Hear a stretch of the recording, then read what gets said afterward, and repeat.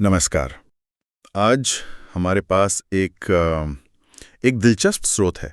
ये एक बिल्कुल नए शो एनालिटिक्स इंजीनियरिंग पॉडकास्ट का एक यूट्यूब विवरण है। और ये शो ना ये डेटा, कोड और जो निर्णय लेने की प्रक्रिया होती है उसके संगम पर मतलब इंटरसेक्शन पर केंद्रित होने का दावा करता है।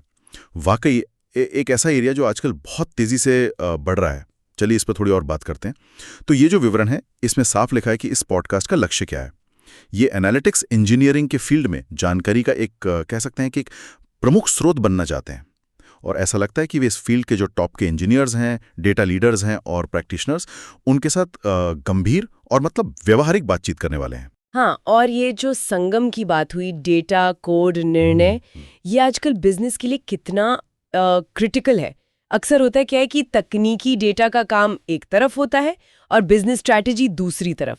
तो एक ऐसा शो जो खास तौर पर एनालिटिक्स इंजीनियरिंग पर फोकस करे, जहां ये दोनों दुनिया मिलती हैं, वो सच में बहुत वैल्यूएबल हो सकता है। खासकर तब जब हर कंपनी कोशिश कर रही है कि वो ज्यादा से ज्यादा डेटा संचालित बने। बिल्कुल। और विवरण में ये भी बताया है कि वो किन खास टॉपिक्स पर बात करेंगे। ये इंटरेस्टिंग है।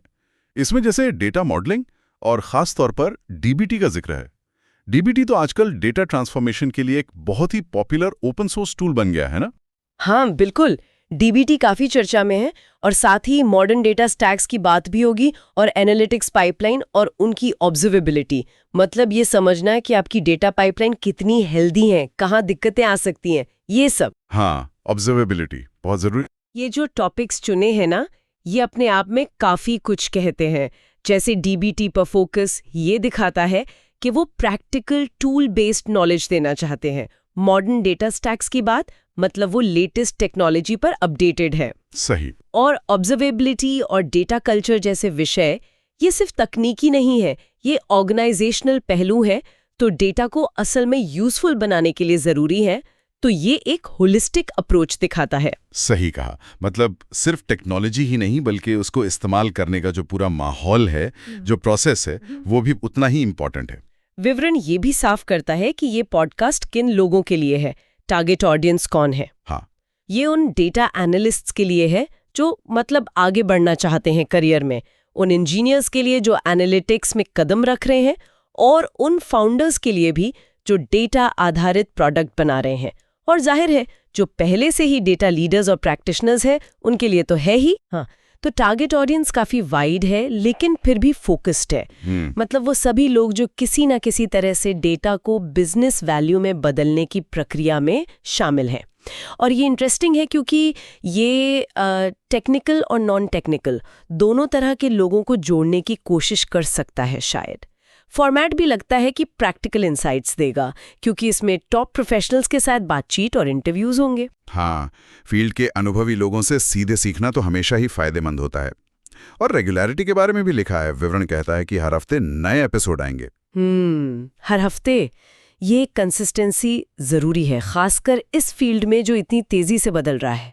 हर हफ्ते ताज़ा जानकारी मिलना प्रोफेशनल्स को अपडेट रहने में मदद करेगा। तो अगर हम संक्षेप में देखें तो ये नया पॉडकास्ट एनालिटिक्स इंजीनियरिंग के कुछ बहुत ही करंट और ज़रूरी एरियाज जैसे DBT, data culture, modern stacks, observability, इन पर गहराई से जानकारी देने का वादा कर रहा है। और इसका मकसद है उन सभी प्रोफेशनल्स की मदद करना जो डेटा के साथ काम करते हैं या उससे जुड़े निर्णय लेते हैं। बिल्कुल। और अगर हम इसे थोड़ी बड़ी पिक्चर में देखें तो ये एक ट्रेंड का हिस्सा है। मतलब आजकल खास विषयों पर केंद्रित रिसोर्सेज बढ़ रहे हैं। जैसे जैसे टेक फील्ड और कॉम्प्लेक्स हो रहे हैं, एनालिटिक्स इंजीनियरिंग जैसे खास एरिया पर जो फोकस्ड कंटेंट होता है, वो प्रोफेशनल्स को लेटेस्ट ट्रेंड्स और बेस्ट प्रैक्टिसेस से अपडेट रहने में मदद करता है। ये सिर्फ जानकारी पाना ही नहीं है, बल्कि ये एक तरह से कम्युनिटी बिल्डिंग और शेयर्ड लर्निंग का भी तरीका हो सकता है। ये अच्छा पॉइंट है। इससे एक दिलचस्प सवाल भी उठता है। जिन खास टॉपिक्स का जिक्र है, DBT, modern stack, observability, data culture, इनको देखते हुए ऐसा क्या लगता है कि ये नया पॉडकास्ट नॉलेज या प्रोफेशनल डेवलपमेंट में किस मौजूदा गैप को, किस कमी को पूरा करने के लिए डिजाइन किया गया है? ये सोचने वाली बात है कि इस विशेष फोकस के जरिए इंडस्ट्री की शायद कोई ऐसी जरूरत पूरी हो रही हो जिस पर अभी तक उतना ध्यान नहीं गया है।